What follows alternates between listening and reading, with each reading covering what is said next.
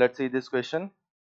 Let S be the circle in xy plane which touches the x-axis at point A, the y-axis at point B, and unit circle x square plus y square equals to 1 at point C externally.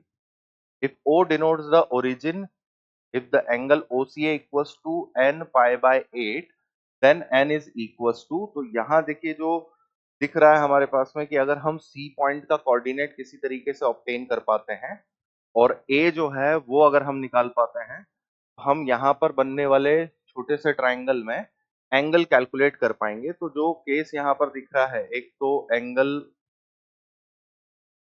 Between lines, parametric form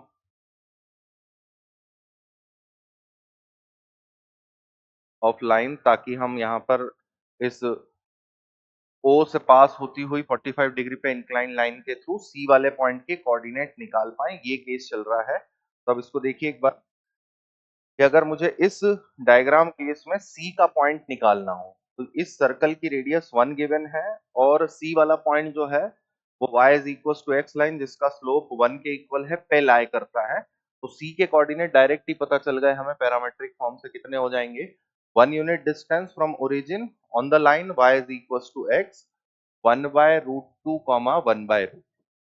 तो ये तो C के coordinate हमारे पास में हो जाते हैं parametric case लगा के। अब A पे बात हो रही है कि A कैसे निकले। तो A के लिए कंडीशन, दोनों सर्कल्स एक दूसरे को एक्सटर्नली टच कर रहे हैं, both circles touches each other externally.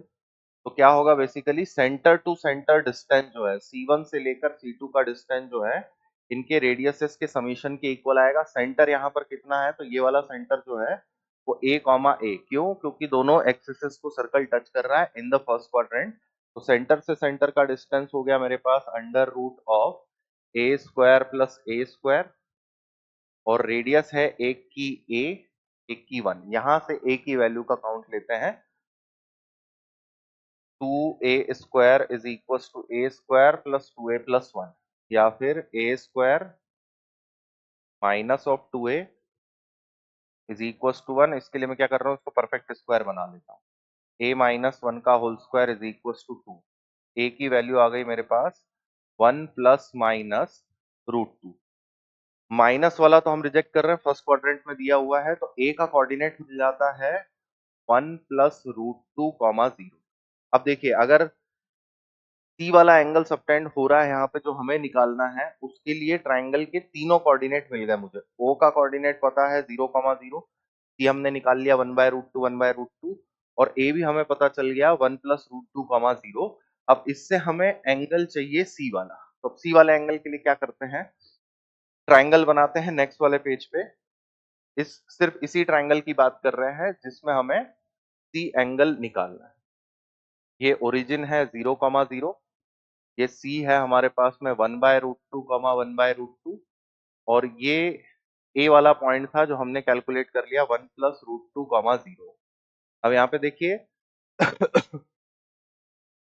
अगर मैं इस लाइन के स्लोप की बात करता हूँ, तो इस लाइन का जो स्लोप है वो ऑब्ट्यूज है, तो अंदर वाला एंगल जो है वो आपके पास में एक्यूट एंगल हो जाएगा।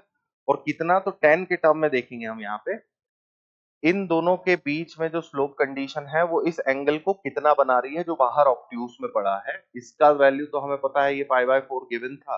हम इसको कैलकुलेट करते हैं, पॉइंट का नाम दे दिया ए है ये। तो slope of C A line, slope of C A line हो जाएगा आपके पास में 1 by root 2 upon 1 by root 2 minus 1 minus root 2। इसे कैलकुलेट करते हैं, 1 अपॉन 1 माइनस रूट 2 माइनस 2, या फिर माइनस ऑफ 1 रूट 2 प्लस 1, या फिर इसको भी रैशनलाइज कर लिया तो माइनस ऑफ रूट 2 माइनस 1। अब नेगेटिव किस लिए आ रहा है, क्योंकि हम ऑब्ट्यूज एंगल की कंडीशन सॉल्व कर रहे हैं। 10 के टर्म में माइनस ऑफ रूट 2 माइनस 1, ये कितना एंगल होगा, तो थीटा जो यहाँ पे बन रहा है इस एंगल को बोल देते हैं, ये रूट 2 माइनस 1 होता है पॉजिटिव टर्म में 22.5 डिग्री की वैल्यू, मतलब पाई बाय 8 की। बट हम नेगेटिव निकाल रहे हैं, तो यहाँ जो एंगल जनरेट हो रहा है वो हुआ theta pi minus pi by 8। तो ये एंगल आपका 7 पाई बाय 8। अगर ये 7 पाई बाय 8 है तो अंदर साइड वाला एंगल जो है वो हम पाई बाय 8 बोल देते हैं।